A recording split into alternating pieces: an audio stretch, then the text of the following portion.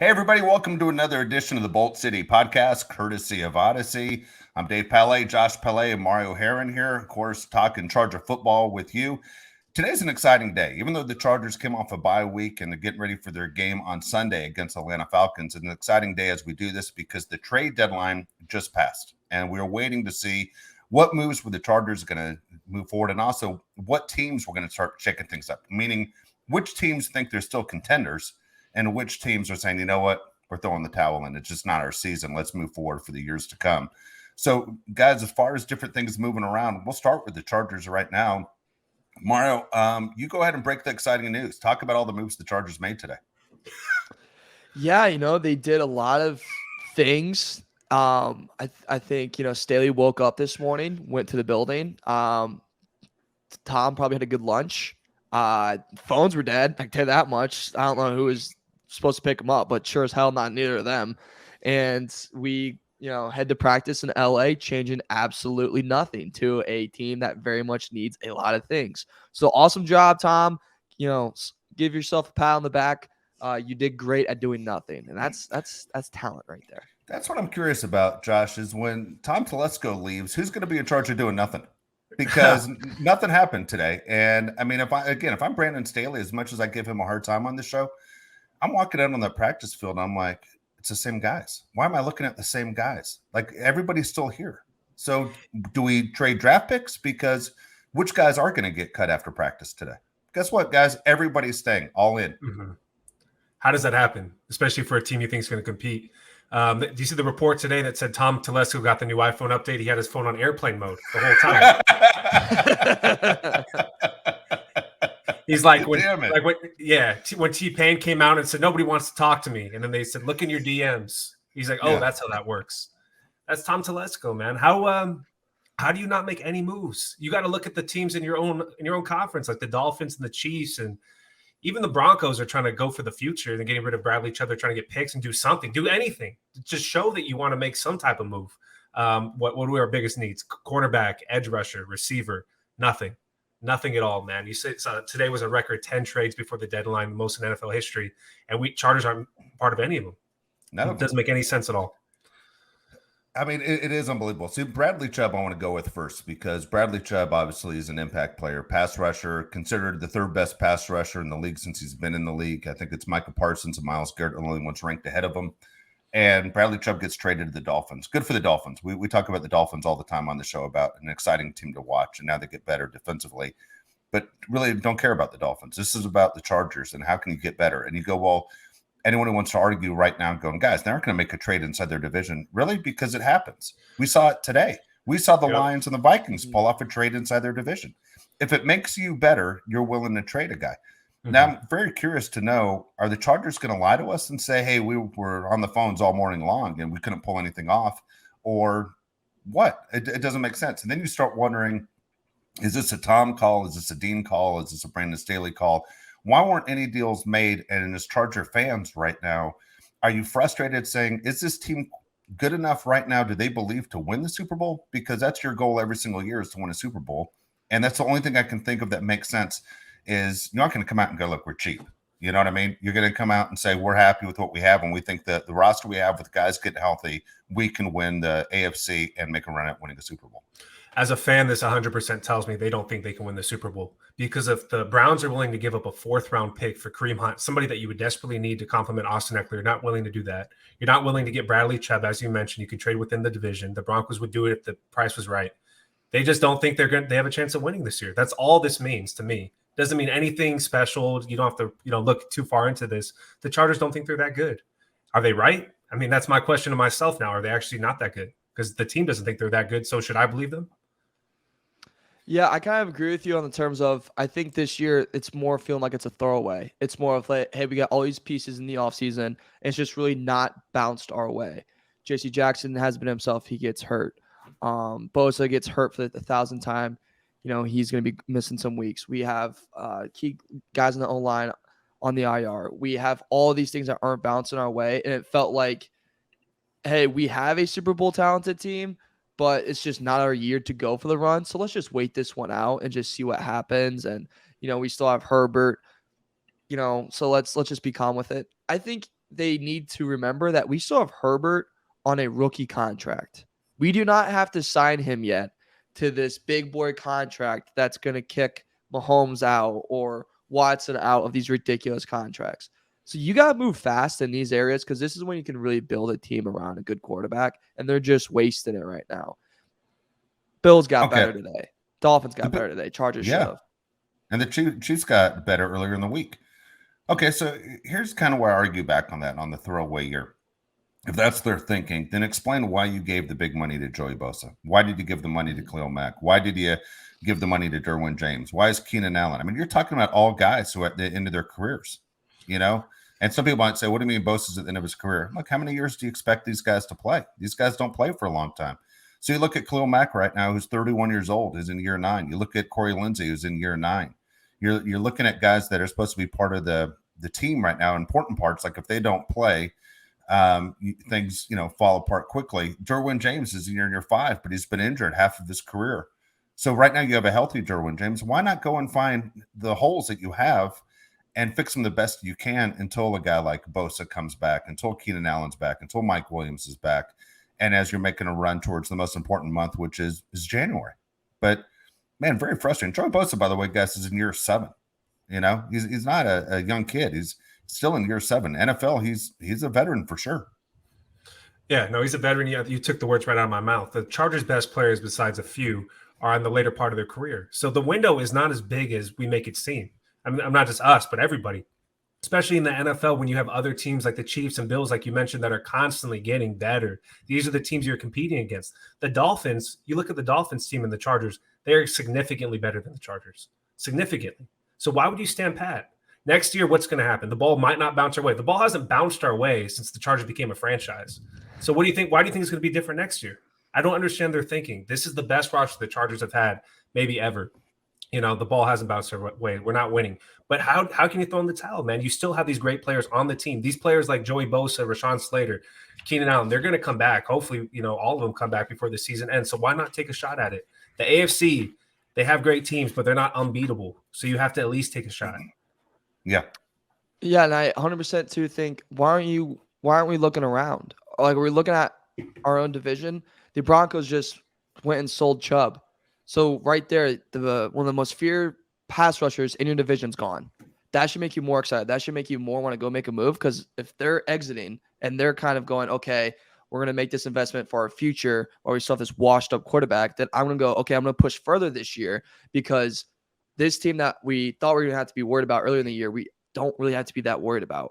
And we're really not that far away from the Chiefs. And then you look around and go, Dolphins are making moves. Dolphins just got 10 times better. The Bills got better. I don't say 10 times. They did not get 10 times better, but they got a little bit better. Why aren't you doing that? Look in your own state. The Niners just got a lot better. The Rams didn't do crap, but, all we heard all day was that they were trying to do something. The fact that we didn't even get like a popper tweet or anything like that of like the Chargers at least making a little bit of noise is just like the extra kick in the nuts after like the whole thing. The move that I thought was going to happen today, as far as, kind of guys that we know, as far as name guys that we see, I thought the Rams were going to make a move for Laremy Tunsil. I thought the Rams were going to make a move, and the Texans are looking to obviously clean house because they're a complete mess. The Brandon Cooks contract is insane. And so you understand it's going to be tough to get rid of him. But you see where the Texans are. The Texans are a disaster. They're holding on basically for the number 1 pick in the draft. I thought Laremy Tunsil was a guy that would possibly end up with the Rams because they need help. The Rams are even, I tell you what, the Buccaneers, teams that you think could make a run in the second half of the season, and yet you have one of the best offensive linemen right there who's still staying with a bad team. It's very frustrating for us, I know, as Charger fans, because we expected something. We talked it up for a few weeks now going, Tom's going to do a great job here, and he's going to find the missing pieces.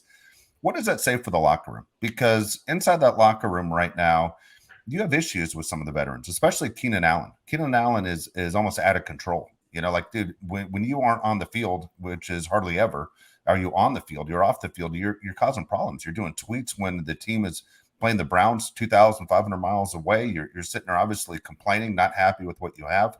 You have a coach that you don't respect.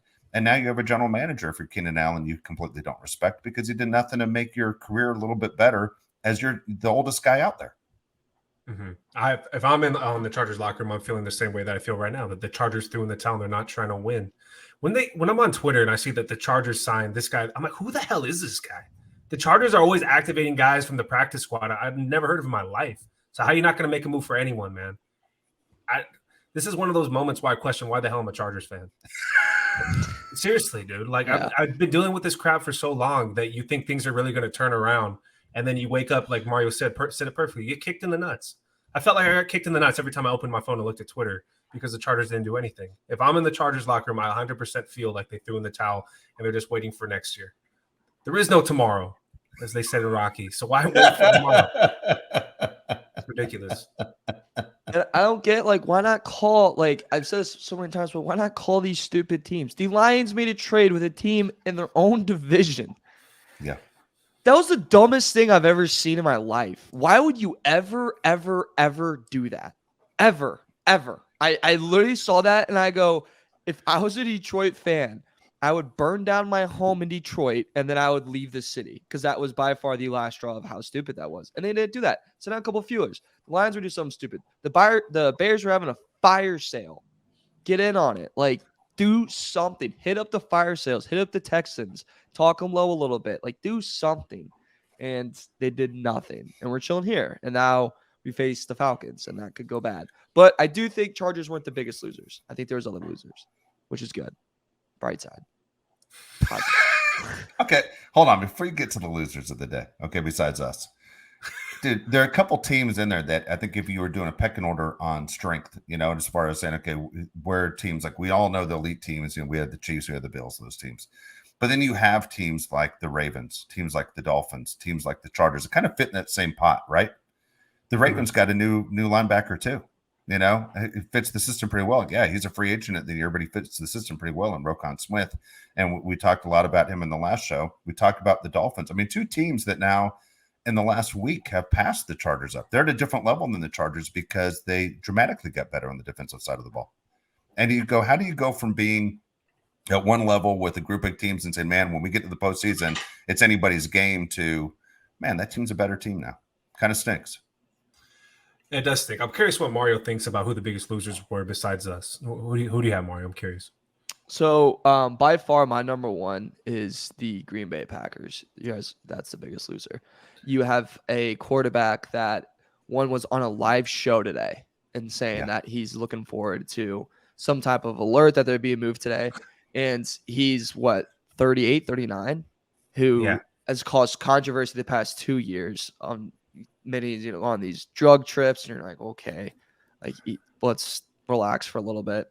He has that. He's constantly questioning retirement, does all these things, and you let his star receiver go, and then you don't give him a true number one, and then at the deadline, you don't make any single move. I think by far that's a big loser moment.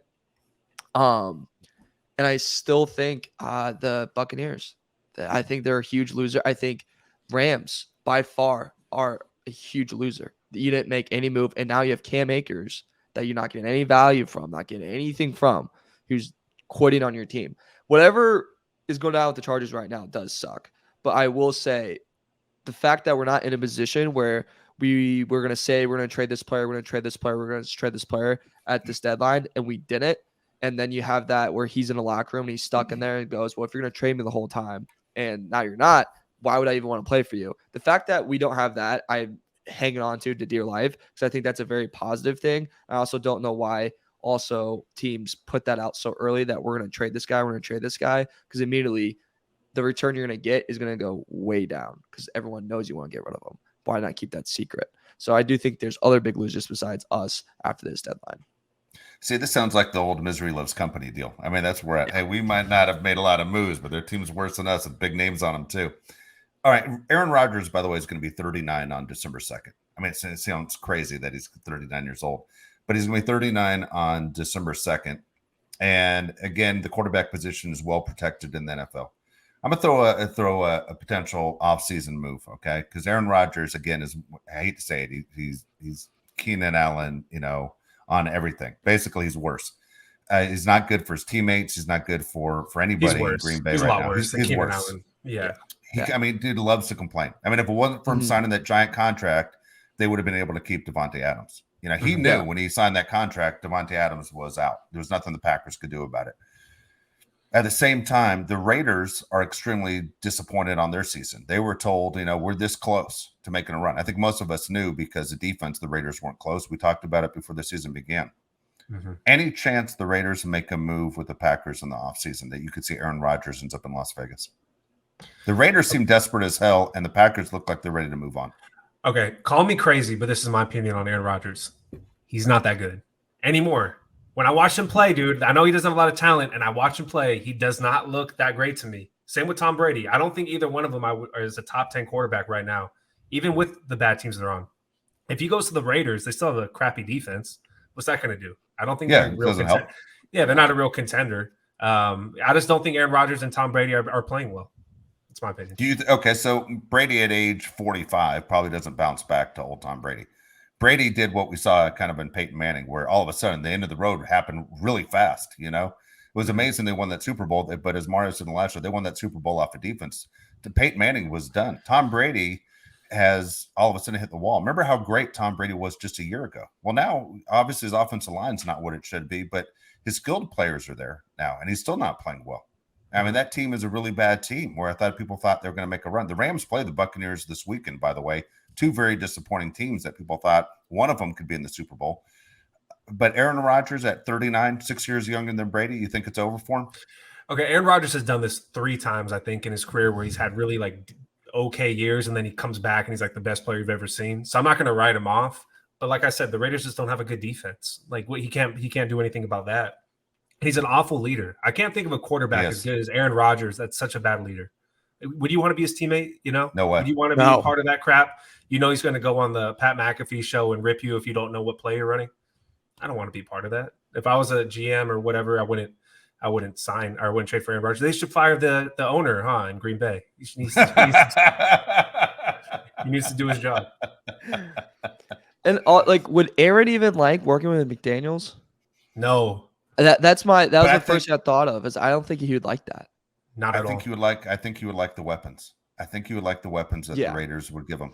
Yeah, but you see what he does with Coach LaFleur. He's the Kyrie Irving of the NFL. I don't need a coach. He is. You know? Yeah. So if Josh McDaniels is trying to do all his little intricacies of the offense, he's gonna be like, dude, get out of here. Do you want that? I mean, I wouldn't. I'm just trying to think how different teams go. So, I mean, speaking about how different teams go, look at the Denver Broncos. You made this giant move for Russell Wilson, and you threw the towel in. You told everyone the season's over today. And I mean, and if I'm Russell Wilson and he comes into my office, let's say I'm, John Elway, I'm someone in the higher ups, and he comes to my office to complain. I'm like, Russell, you kind of played this way. You played us into this season. You played us, so we're now looking forward. We're now stuck with a veteran quarterback. We don't even know who you are. You have not shown us the Russell Wilson we thought we were getting. We definitely aren't getting our money's worth.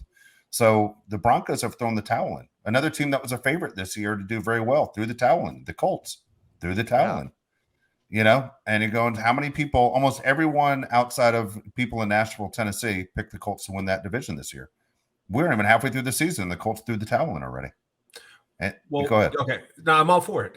If you're not going to make a run at the big game, you throw the towel in. I 100% am on board with the Broncos and the Colts decisions. Try to get better as fast as you can. You already messed up with Matt Ryan and Russell Wilson. Just throw the towel in and try to get your picks and whatever you need. Do the Oklahoma City Thunder thing. Get as many picks as you can. Yeah. Because if you don't have a shot at the championship, why try to fool everybody? I'm all for it. But yeah, it's the Broncos are just so confusing to me. That's by far. It's had my head in circles this whole time of the trading of Chubb and everything, and it makes me think I don't want to give Russell Wilson this, but do you think they even gave it enough time? Would you have waited this season out at least? I know Chubb is probably gone. You got to negotiate a contract with Chubb. He's with the Dolphins. He's probably gonna sign a long-term extension, and you can get your value from him. But did you give it enough time, really? And would you have rather done something else than fire Hackett instead and go, we have another guy in the locker room that's a coach. I mean, the players love him and that they can rally behind him. Wouldn't you rather do that and go, let's just keep this season going forward and hope we have, what was his name on the Raiders last year that inspired the whole state? Rich Bisaccia. Yeah, have something like that, and you can just kind of go forward. That was just my thinking. It's was it a little early? So here's the deal. The Broncos are the worst team in the NFL when it comes to hiring head coaches. And Chargers are pretty close, but the Broncos are a joke. At least the Broncos have a trophy case. You know what I mean? When you have a trophy case, there's a different standard. Unfortunately for the Chargers, the Broncos do have a standard of having a couple Super Bowl three Super Bowl trophies in there. So as a fan, you're used to winning. And if you're a Broncos fan, in the last 12 months, you saw Von Miller go and you saw Bradley Chubb go. And you're going, what are we doing? The only guy in defense that people respect is Surtain. He's the only one left. So he's the only big name guy that people in the NFL all go, that guy's one of the best at his position. But you had 2 elite pass rushers. Instead of building around those 3 guys, what did you do? You started making teams better. You might have, obviously, with the Von Miller move, you helped the Rams win a Super Bowl. You might have helped the Bills win a Super Bowl this year. And when you look at them trading Chubb to the Dolphins, they believe they're now Super Bowl contenders too. So I'm not saying the Dolphins are a Super Bowl contender. I'm just saying, where are you going as an organization? Your head coach stinks. I mean, I always say all the time, the sooner you realize you've made a mistake is the sooner you need to make that correction. There's no reason to sit there and keep driving down the wrong road once you realize you're lost. Doesn't make any sense. Okay, there's my question back to you with the same exact point. Did the Chargers not make any moves at the deadline because they just want to restart with their coach next year? They're thinking, why get these players for this one season if we don't have the right head coach in place? We don't want to embarrass ourselves by firing mid-season. So I disagree with you guys on this one, by the way. Both you guys figured they're throwing this season away. I feel like they honestly believe we have what it takes to win. That's why they didn't make a move. At least that's what they're telling us. Why do you think that? I think they're delusional, is what I think. I'm not saying they're right. I honestly believe I think they're delusional. I think when Tom Telesco walks into Dean Spanos' office saying, hey, we didn't pull the trigger on any moves because I know we have the talent on this roster that I built, trying to sit there and pat himself on the back in his resume. And I think this is a team that's good enough to win the AFC and go to the Super Bowl this year. Give us a chance to play Kansas City a second time. This is what I believe they believe. I'm not saying this is true.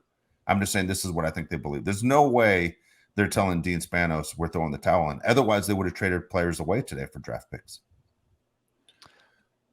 I could see that. It kind of reminds me of I'm about to pull a different league, but like I remember I'm a big Bulls fan, and AK Mark, obviously they got a lot of heat because they didn't do a lot of moves at the deadline last year, and they went back on, well, it's because when we were all fully healthy, we were first in the East, so we had that. So when you say that, Dave, I immediately go, yeah, I get that. You had this big offseason where you made a lot of moves, and on paper, this is a killer team. Like it is. Like we said before the year, it's awesome. But the thing like that pissed me off about Tom is like you never had a game fully healthy this year where I feel like any of us were like, wow.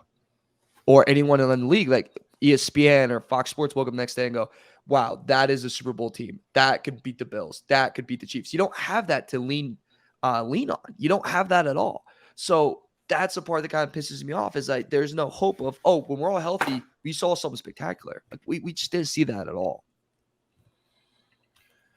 Yeah, I'm with 100% with Mario. That's the one thing I wonder. Like, yeah, everybody hasn't played together, so maybe there is hope. But holy crap, dude, there's never hope with this organization. I mean, what are we leaning our? What are we looking at from our past? If you have this opportunity in front of you, why not go for it? I hate doing other leagues too because this is a football show. But the San Diego Padres, they never have any hope. They got some players and they went for it. As a fan, you want to see your team go for it. I don't want to think about next year or think that we have enough talent for this year when you obviously see the teams that you're competing with and the Dolphins, the Bills, the Chiefs all got better, the Ravens. So why would you just sit where you're at? You already lost to the Chiefs. The Bills look so much better than you. The Dolphins offense will kill you at this point. So why would you stand pat, man? You either get picks for the future or you get better players for this year. Standing pat is not an option for me. I mean, maybe I'm wrong. That's just how I feel when I look at this team. You got to go one way or the other. You can't just stay where you're at. Okay, let me ask you, because we talked about Tom and Brandon Staley possibly being on the hot seat. Tom Telesco, does he go to Dean Spanos or somebody in that organization and say, am I on the hot seat? Like, what's the future of this organization? Where do you see me? What do I have to do? Is my job on jeopardy right now where I could lose my job? And if they say, Tom, you got to finish with this record and you got to win at least one game in the postseason for you to keep your job. If that's the case, yeah, you're making trades today. Because you're like, well, who gives a rat's ass? I might not be here tomorrow. I can't worry about tomorrow. This is definitely my back's against the wall. I'm going to make every possible move I can. Now, if you're Tom Telesco and you're thinking, hey, I have job security. They told me I'm going to be here for the next few years and they have full faith in me. then you don't sit there and you trade away draft picks. You see what I'm saying? As far as Tom feels comfortable in his job enough that he didn't feel like he was rushed to make a trade today. I get what you're saying. Tom Telesco, I think, has done a good job with drafting good players and bringing players into the organization. The Chargers, we say it all the time, have the most players in the top 100, which hasn't meant anything so far because everybody's got hurt. You're right. Doesn't mean anything. Doesn't mean anything. But if you're such a good GM, man, like, what does this mean if you have a plan going forward? How do you know people aren't going to get hurt next year? How do you know the Chargers are even going to be as good as they were this year, next year? They might be worse. So I don't get the thought process. Why didn't the Bills do anything? Why did the Chiefs just stand pat? They're winning their games. Why did they get better? Why can't we get better? That's my question. If other teams can do it, then why can't we? If Tom was put in a video game, right, and you had like the ratings on hear me out, and we had like the ratings on their abilities, he would have like 90, 95 overall in draft. Because he's killer at draft. He is. He's a great drafting. Amazing drafter. And then off season, I think you'd have like an 85. And then when it came to coach, it'd be a negative 40. That's what that would be. Because that's the only thing. It's his struggle. Like, he can do anything but get a coach or make a mid-season move. That's the two things when it comes to that. I don't know what happens, but he somehow just falls short every single time. I agree with that. And a lot of NFL teams, I mean, the Broncos are, again, in a horrible situation with this too. But there are people out there that will find your next head coach. Like, there are companies that do this, that find your next guy for you, because Tom is not good at this. He's not good at finding that head coach. It's been a disaster since he grabbed Michael McCoy. It hasn't been good for a long time.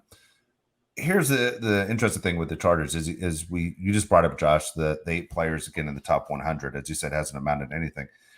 And going to your basketball reference, Mario, it's the Portland Trailblazers, right? Not good enough to win the NBA championship, but also not crappy enough to get the number 1 overall pick either. You're in that middle. I think, Josh, you said it a few weeks ago, man. We pick 16 or 17 every year. That's what we do. We pick 16, 17 every year. Yet NFL GMs will tell you the top 12 or 13 guys are really the only difference makers in the NFL. Everyone else might as well be a second or third round pick after pick number 12 or 13. Yet you never seem to be in position to get that guy. Now, Tom does a good job finding guys to help start on this team immediately. I mean, Rashawn Slater's a great example of it. Keenan Allen's a great example of it. 3rd round pick, But you sit and you get frustrated with the way the Chargers have gone about things. And today's just another one of those days where you're going, man, it's not what I was hoping. One thing to touch on what Josh said real quick about like the Padres, the Dodgers, the Mets, and other sports. You got to sell your fan base that, hey, man, we're doing whatever it takes. We're doing whatever it takes to make a run for that trophy.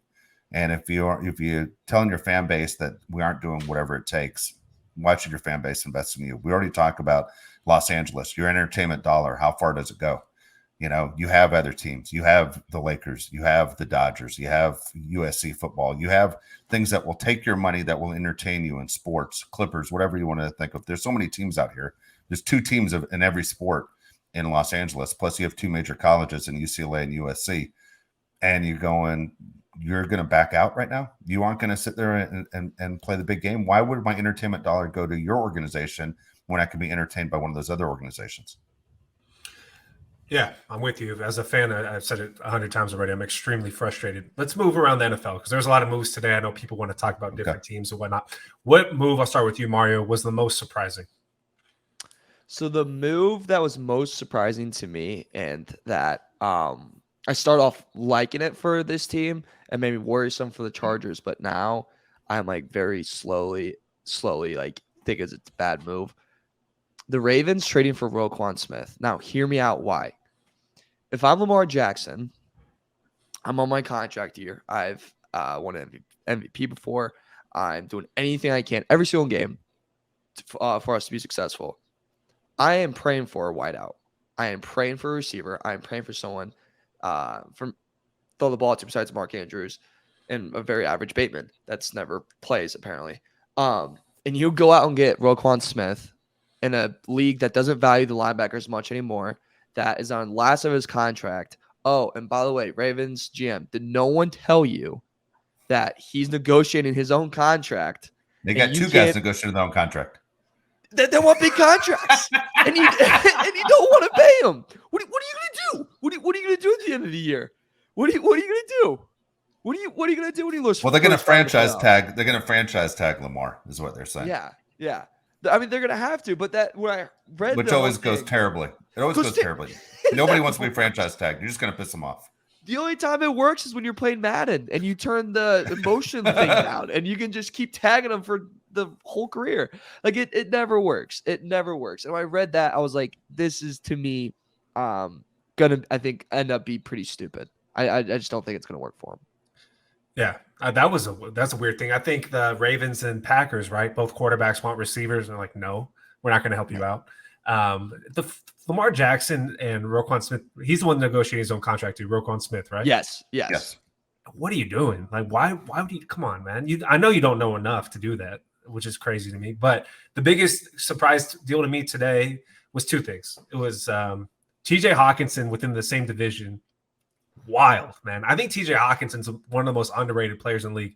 He was a dog at Iowa. He's a good player in the NFL. He's just on a crappy team. And then Calvin Ridley getting traded to Jacksonville, I thought was just kind of weird. He's from Florida, so that's not surprising. But I don't know, man. I just never thought a guy that was like suspended for the season would get traded at the trade deadline. That was just kind of a surprising thing to me. And then two moves that weren't made. We're going to talk about it too. But Kareem Hunt wasn't traded to Cam Akers. Like, how does that happen where they just stay on the teams they're on when they're so pissed off? DJ Moore. DJ Moore. It's a great one right there, too. Just it was a great day for news, man. A lot of stuff happened today. So, Moore, I want to ask you, because you're close to Chicago right now, and you're aware of what the Bears are doing. They trade Robert Quinn, okay, and they trade Roquan Smith. So they're basically telling you we have zero interest. They also trade for Chase Claypool, wide receiver. Okay, so they're obviously trying to fix their offense. The Bears are planning for the future. You know, is the plan, I guess they're going with there. They don't believe those guys can help their defense. And Quinn's 100. I mean, he's been in the league forever. Yeah. So I understand that. As I said, it's interesting to see which guys, think they're going to make a run at it. The moves that were surprising to me, again, the first one this morning, TJ Hawkinson traded from the Lions to the Vikings was insane, because we know O'Connell knows how to use the tight end. He did a great job of it when he was OC with the Rams, and it's going to help the Vikings out that much more. The one that kind of surprised me, again, another Dolphins move, was running back Jeff Wilson Jr. going to the Dolphins from the Niners. Again, that McDaniels is very familiar with, because he coached him when he was in San Francisco.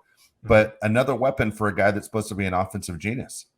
And if I was a Dolphins fan, because it's been a long damn time, Dolphins haven't won since 1972.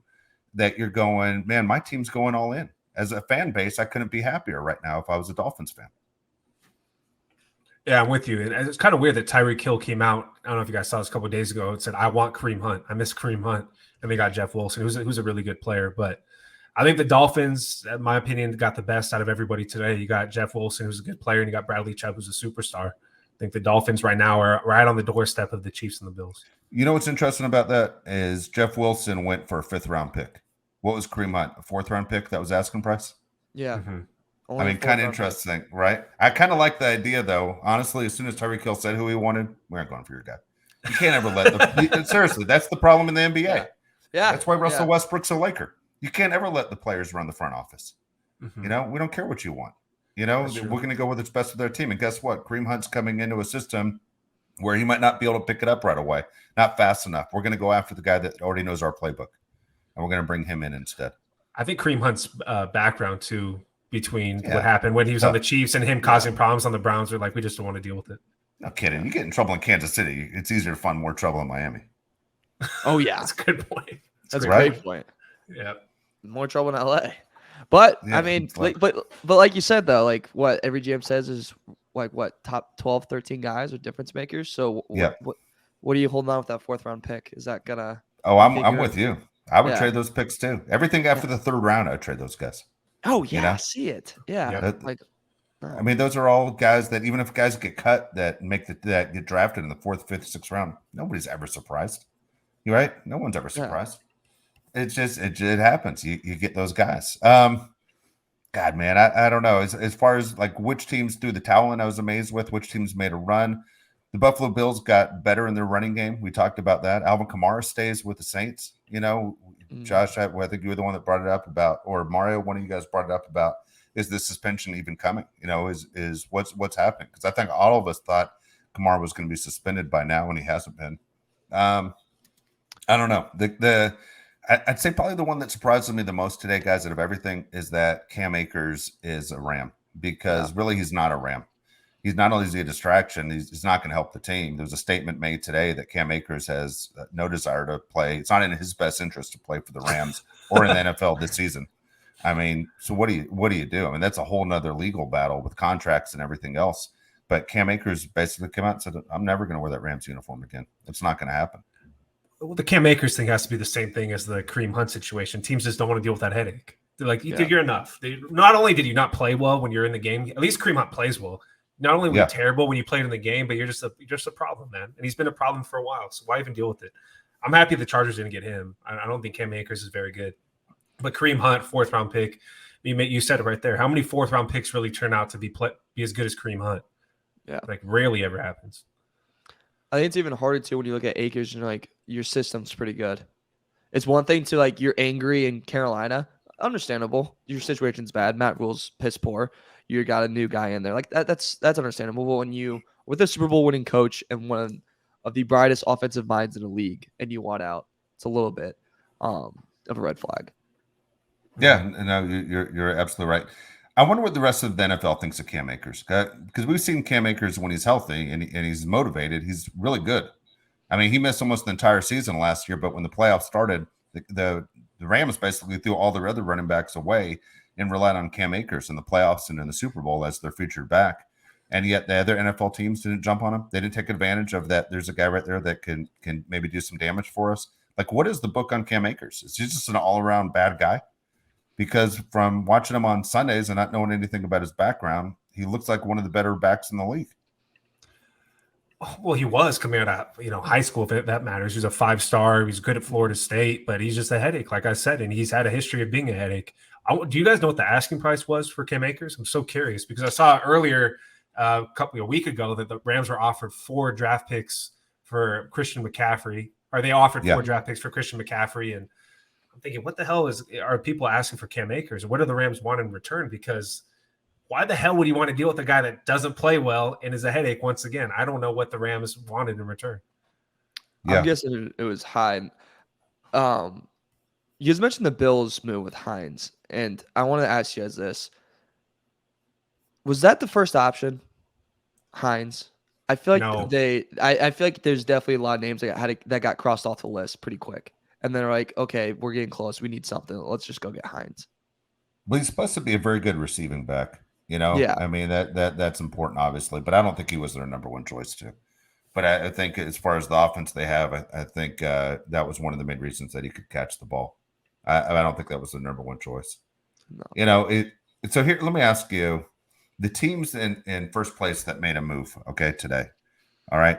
The Bills, the Ravens, the Chiefs made a move this week. Okay, the Vikings made a move this week. The teams that didn't make a move, which I'm asking you, does that mean they really aren't first place teams? Are they just first place now, 7-8 games into the season? The Seahawks. Do you expect the Seahawks to win the NFC West? No. 49ers. I agree with that. Right now, the Seahawks are 5-3, Niners 4-4. Falcons didn't make a move. They technically did, but they sold off a player that wasn't playing for them anyway and Calvin Ridley. I don't think they're legit. That whole division sucks. The whole division is absolutely terrible. So they aren't sold on themselves either. Philadelphia Eagles didn't have to make a move. They're 7-0. Okay. Yeah, they're good. One other team did not make a move in first place. That's the Tennessee Titans. Now that's weird because I think we all agree the Titans are going to win that division. Yeah. Right. The Titans will win that division, but they didn't make a move. They're the only team that I think is a contending team to make a run to the AFC championship game. And they didn't make a move to get better at all. And they're already considered a team with one of the worst rosters in the NFL. Yeah, they should have made a move. The Tennessee Titans absolutely, I think, should have made a move. TJ Hawkinson would have been the perfect move for the Titans. TJ Hawkinson and Claypool. Claypool would have been. Yeah, Claypool was a great call. They had to do something today. I'm surprised by the Titans. Yeah, like how many more years are you going to rely on Vrabel's coaching and Henry? Exactly. Like, how many more years are you going to do that? That's just not a winning formula. I mean, they're definitely the team without what I think everyone believes. They don't have a Super Bowl quarterback. You know, Tannehill's not anyone's faith in. They were the number 1 seed in the AFC a year ago, and still people didn't have faith in them. And guess what happened? They lost the very first playoff game they faced in the Bengals and Joe Burrow. It didn't last for anything. It didn't work. Tannehill's not a championship quarterback. Isn't Tannehill the guy that Tom Brady took a shot at? Wasn't he the one that came out when he said, is it Tannehill or was it Derek Carr? It was Derek Carr when he made the comment. He goes, it's Derek Carr. When he made a comment, it was Carr when he goes, okay. You're gonna really stick with this effing guy? And he was talking to John Gruden about that. But the rumor was Tannehill was the other guy. People weren't sure until Brady cleared it up this year. But it was Carr that he called out. Just couldn't believe it. Like he was already looking at houses in Las Vegas. Yeah. Wow.